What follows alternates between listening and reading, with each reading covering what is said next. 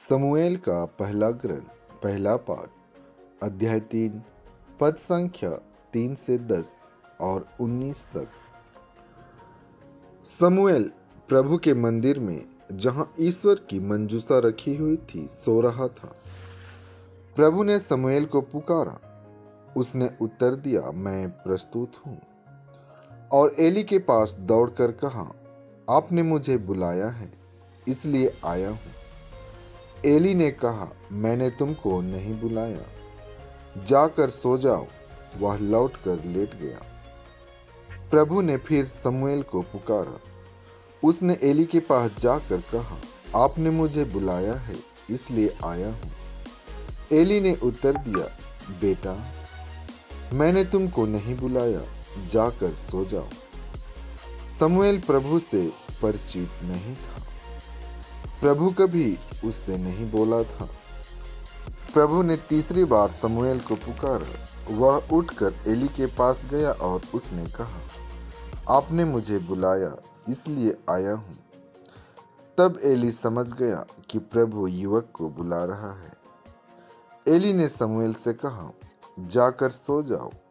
यदि तुमको फिर बुलाया जाएगा तो यह कहना, प्रभु बोल, तेरा सेवक सुन रहा है। समूएल गया और अपनी जगह लेट गया। प्रभु उसके पास आया और पहले की तरह उसने पुकारा, समूएल, समूएल। समूएल ने उत्तर दिया, बोल, तेरा सेवक सुन रहा है। समूएल बढ़ता गया।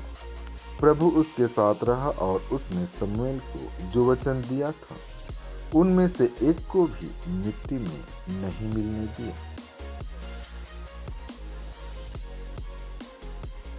कुरिन्थियों के नाम संत पौलुस का पहला पत्र अध्याय 6 पद संख्या 13 से 15 और 17 से 20 तक।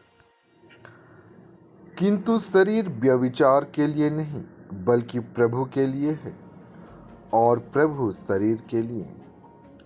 ईश्वर ने जिस तरह प्रभु को पुनर्जीवित किया, उसी तरह वह हम लोगों को भी अपने सामर्थ्य से पुनर्जीवित करेगा। क्या आप लोग यह नहीं जानते कि आपके शरीर मसीह के अंग हैं? किंतु जिसका मिलन प्रभु से होता है वह उसके साथ एक आत्मा बन जाता है। व्यभिचार से दूर रहें। मनुष्य के दूसरे सभी पाप उसके शरीर से बाहर हैं, किंतु व्यभिचार करने वाला अपने ही शरीर के विरुद्ध पाप करता है।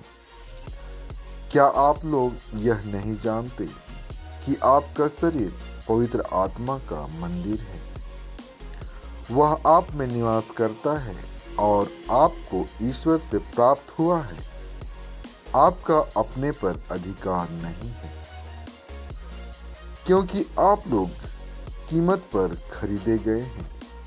इसलिए आप लोग अपने शरीर में ईश्वर की महिमा प्रकट करें।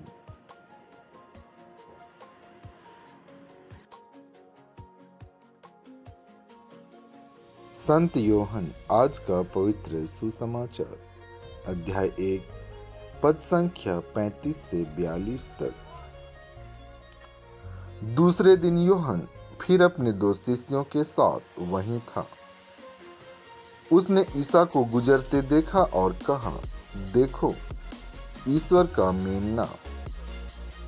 दोनों शिष्य उसकी यह बात सुनकर ईसा के पीछे हो लिए। ईसा ने मुड़कर उन्हें अपने पीछे आते देखा और कहा, क्या चाहते हो? उन्होंने उत्तर दिया, रब्बी अर्थात गुरुवर, आप कहाँ रहते हैं? ईसा ने उनसे कहा, आओ और देखो। उन्होंने जाकर देखा कि वे कहाँ रहते हैं, और उस दिन वे उनके साथ रहे। उस समय शाम के लगभग 4 बजे थे। जो योहन की बात सुनकर ईसा के पीछे हो लिए थे, उन दोनों में एक सिमोन पेतरुस का भाई अंद्रेयास था। उसने प्रातः अपने भाई सिमोन से मिलकर कहा, हमें मसीह अर्थात ख्रिस्त मिल गए हैं और वह उसे ईसा के पास ले गया। ईसा ने उसे देखकर कहा, तुम योहन के पुत्र सिमोन हो, तुम केफस अर्थात पेत्रुस कहलाओगे।